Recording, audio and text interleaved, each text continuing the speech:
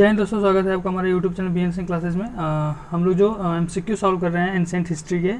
इसके पहले हम लोगों ने मगध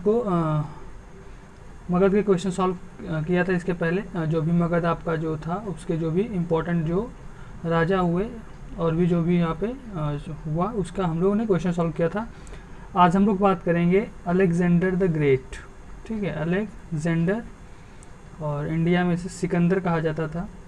सिकंदर का जो इन्वेजन हुआ इंडिया पे, आक्रमण हुआ, इससे रिलेटेड जो भी क्वेश्चन है उसको हम लोग इस पार्ट में सॉल्व करने वाले हैं। ठीक है, तो चलिए पहला क्वेश्चन है आपका, in which year Alexander invaded India. ठीक है, सिकंदर ने भारत में किस समय इन्वेड किया था? 326 BC, 316 BC, 346 BC, 256 BC। Answer है आपका ए, 326 BC। ठीक है, अब इसको जानने से पहले हम लोग थोड़ा सिकंदर के बारे में जान लेते हैं। देखिए, जो आपका अलेक्जेंडर था, अलेक्जेंडर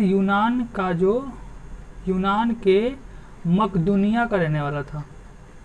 मकदूनिया का निवासी था और ये पूरा दुनिया को, विश्व को जीतने के लिए निकला था। ठीक है, और 326 BC में ये भारत में एंटर किया, मतलब इंडिया को इन्वेड किया। और इसने जब इन्वेड कर रहा था, जब इंडिया में एंटर कर रहा था ये, तो झेलम का युद्ध इसने लड़ा। ठीक है, बैटल ऑफ हाइडास पास या झेलम।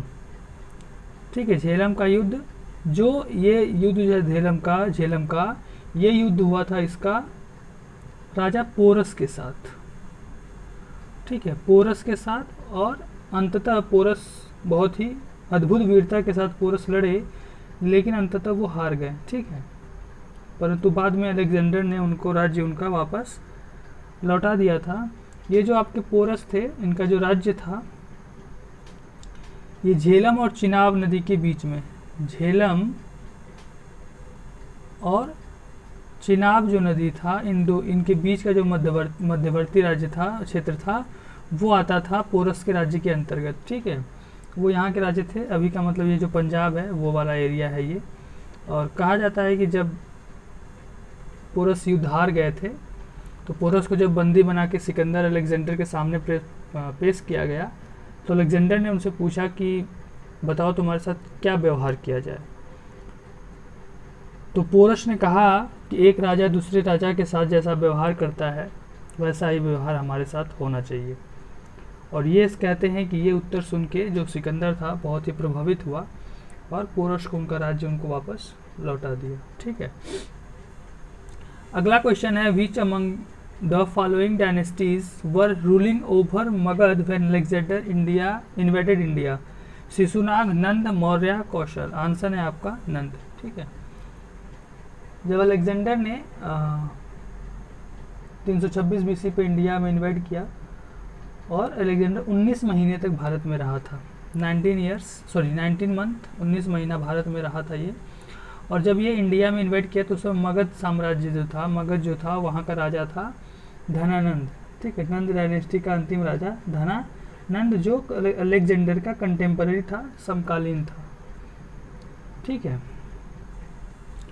अगला क्वेश्चन है, which of the following regions was called Gedrosia during the time of Alexander? Gujarat, Rajasthan, Punjab, Baluchistan. Answer है आपका बलूचिस्तान। ठीक है, बलूचिस्तान। जो आपका जेड्रोसिया है ये आपका आज का जो बलूचिस्तान है, या अलेक्जेंडर मेनली जो हम लोग बलूचिस्तान वाला एरिया, या इसको उस समय मकरान भी कहते थे। ठीक है, मकरान। अगला क्वेश्चन है, battle of Hydaspes was fought between Alexander and king Porus in 326 BC। Hydaspes means which river? Jhelum, Indus, Beas, Ravi. Answer है आपका झेलम। ठीक है, पहला जो राजा पोरस के साथ जो युद्ध हुआ था अलेक्जेंडर का, वो झेलम नदी के किनारे हुआ था, जिसे बैटल ऑफ हाइडास्पस बोलते हैं या झेलम का युद्ध बोलते हैं। जो राजा पोरस हार गए थे, और ये आपका झेलम और चेनाब के बीच का जो एरिया था वो आता था पोरस के राज्य में। ठीक है, अगला क्वेश्चन है, famous battle of Hydaspes was fought between Alexander and which of the following Indian ruler. Answer है आपका Ambhi, Chandragupta Maurya, king Porus and Bimbisara. Answer है आपका सी, किंग पोरस। ठीक है, राजा पोरस जो थे उनसे झेलम का युद्ध या आपका हाइडेस्पस का युद्ध, या इसे वितास्ता का भी युद्ध बोलते हैं। ठीक है, या इसे वितास्ता का युद्ध भी बोलते हैं। ठीक है, वितस्ता।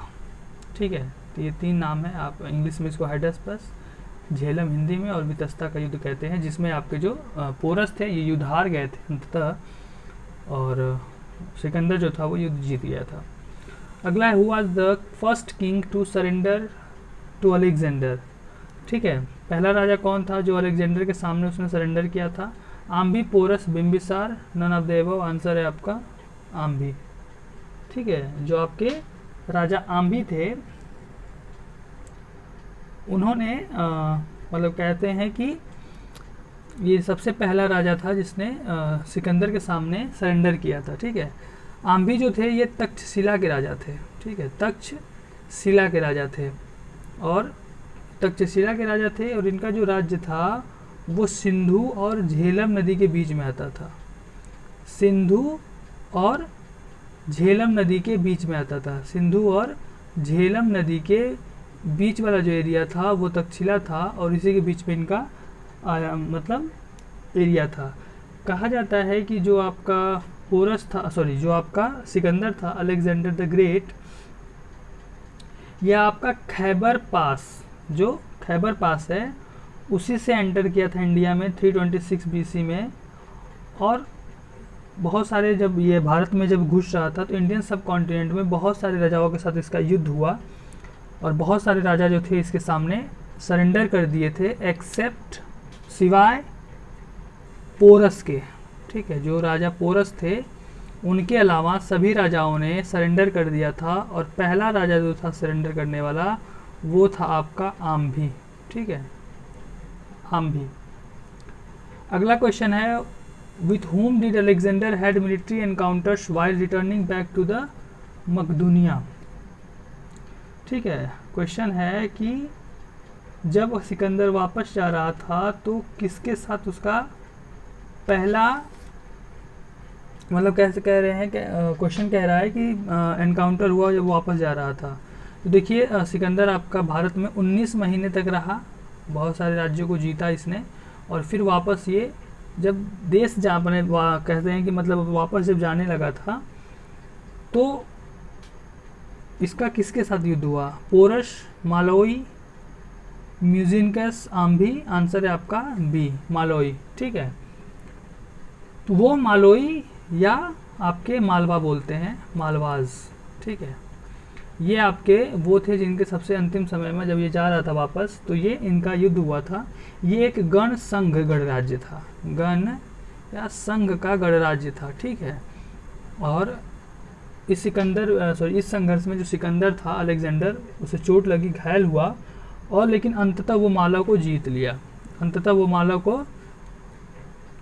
लिया, और उसके राज्य में जितने भी नर नारी तथा बच्चे थे सबको मौत के घाट उतार दिया गया, सबको मार दिया गया। ठीक है,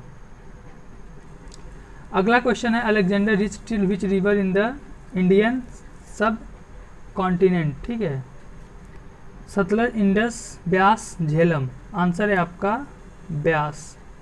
ठीक है, देखिए, जब अलेक्जेंडर जब ब्यास नदी पर पहुंचा तो उस समय उसके जो मतलब सिपाही थे वो मतलब बहुत ही थक चुके थे। ठीक है, सिपाही थक चुके थे और उन्हें अपने घर की याद आ रही थी। इसके अलावा वो बीमार भी कुछ हो गए थे, इतने दिनों से लड़ते लड़ते एकदम पूरी तरह से थक चुके थे। इन्होंने सिकंदर को वापस चलने के लिए फोर्स किया। ठीक है, लेकिन सिकंदर वापस नहीं गया और ब्यास नदी को पार करने से जो उनकी सेना थी उसने मना कर दिया। ठीक है, अगला है, Alexander the great died in which year. 323 BC, 324 BC, 325 BC, 326 BC।